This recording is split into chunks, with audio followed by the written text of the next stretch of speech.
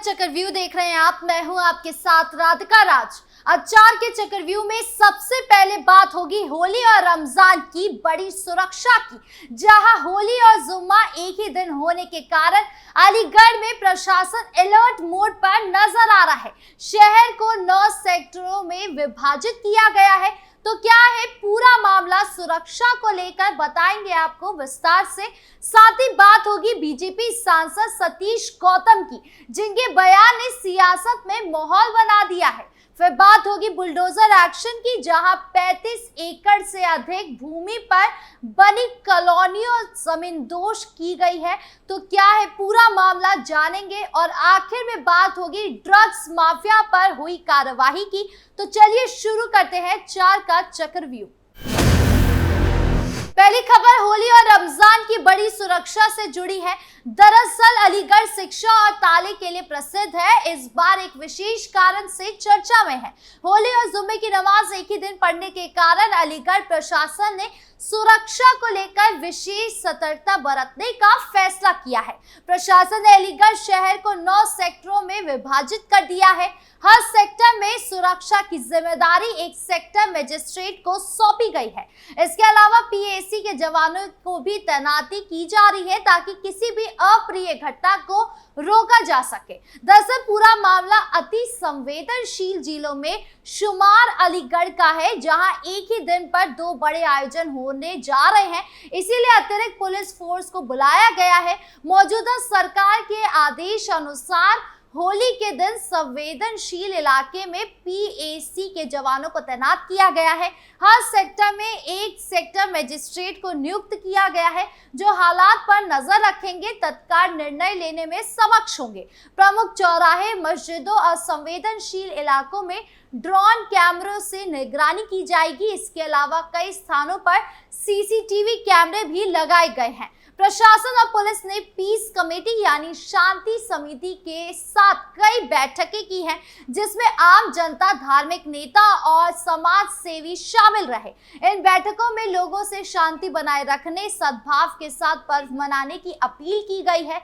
होली के अवसर पर यातायात प्रभावित ना हो, इसके लिए कई मुख्य मार्गों पर डायवर्जन लगाया जाएगा। जुम्मे की नमाज के दौरान मस्जिदों के आसपास विशेष सुरक्षा व्यवस्था की जाएगी, ताकि किसी भी प्रकार की अप्रिय घटना से बचा जा सके। होली और जुम्मे की नमाज एक ही दिन पड़ी है, इसीलिए प्रशासन किसी भी तरह की कोई चूक नहीं करना चाहता।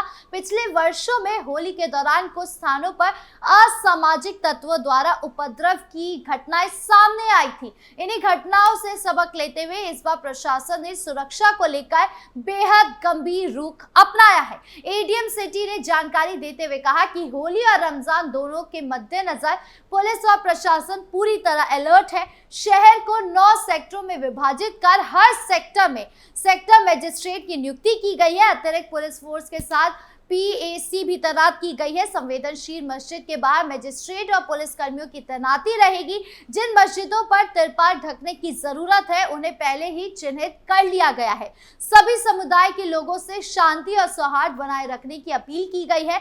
ऐसे में देखना होगा कि होली पर क्या कुछ माहौल रहता है।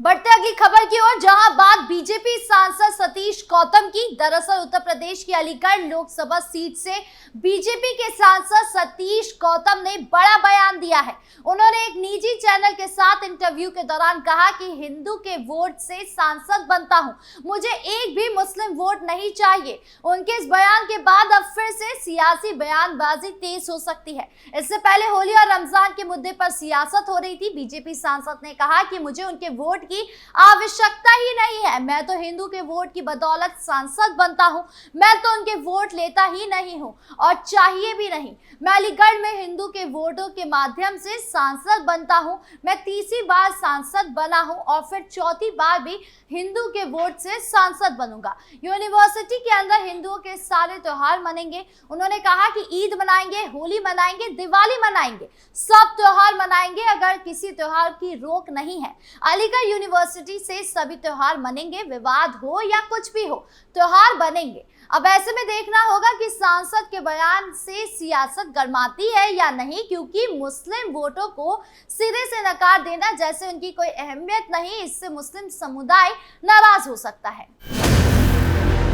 खबरों में आगे बढ़ते हैं, जहां बात बुलडोजर एक्शन की। दरअसल यमुना नदी पार हरियाणा के गांव अमीपुर के क्षेत्र में अवैध रूप से बने फार्म हाउसों पर जिला नगर योजनाकार प्रवर्तन ने बड़ी कार्रवाई की है। यहां 35 एकड़ से अधिक भूमि पर फार्म हाउस की कॉलोनी विकसित की जा रही है। कई आलीशान फार्म हाउस बन चुके थे और कई और बनने थे। 40 फार्म हाउसों के खिलाफ कार्रवाई करने में सुबह से शाम हो गई। जब एक अर्थ मूवर से काम नहीं चला तो दूसरा बुलाया गया। बता दें कि जिला नगर योजनाकार प्रवर्तन की ओर से की गई ये पहली इतनी बड़ी कार्रवाई है। अभी तक केवल अवैध रिहायशी और औद्योगिक कॉलोनियों के खिलाफ ही कार्रवाई की जाती है। इतने बड़े स्तर पर बने फार्म हाउसों के खिलाफ कार्रवाई नहीं की जाती। सामने आया है कि ये फार्म हाउस हरियाणा और उत्तर प्रदेश में प्रभावशाली लोगों के हैं, जिनकी सरकार और प्रशासन में गहरी पैठ है। ये यहाँ आए दिन पार्टियां करते हैं। इन लोगों ने कार्रवाई रुकवाने के लिए कई सिफारिशें की, लेकिन कुछ नहीं हुआ। इस बड़ी कार्रवाई को प्रशासन की बड़ी सफलता मानी जा रही है। साथ ही इस कार्रवाई से लोगों में संदेश गया है कि चाहे कितने भी बड़े सेठ हो, अवैध है तो कार्रवाई होगी ही। खबरों के अंत में अब बात ड्रग्स माफिया पर हुई कार्रवाई की।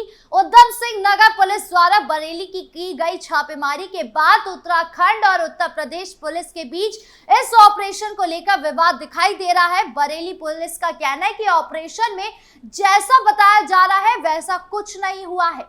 रविवार देर शाम उधम सिंह नगर पुलिस ने ड्रग्स तस्करों पर शिकंजा कसने के लिए बरेली के फतेहगंज क्षेत्र में बड़े पैमाने पर दबिश दी।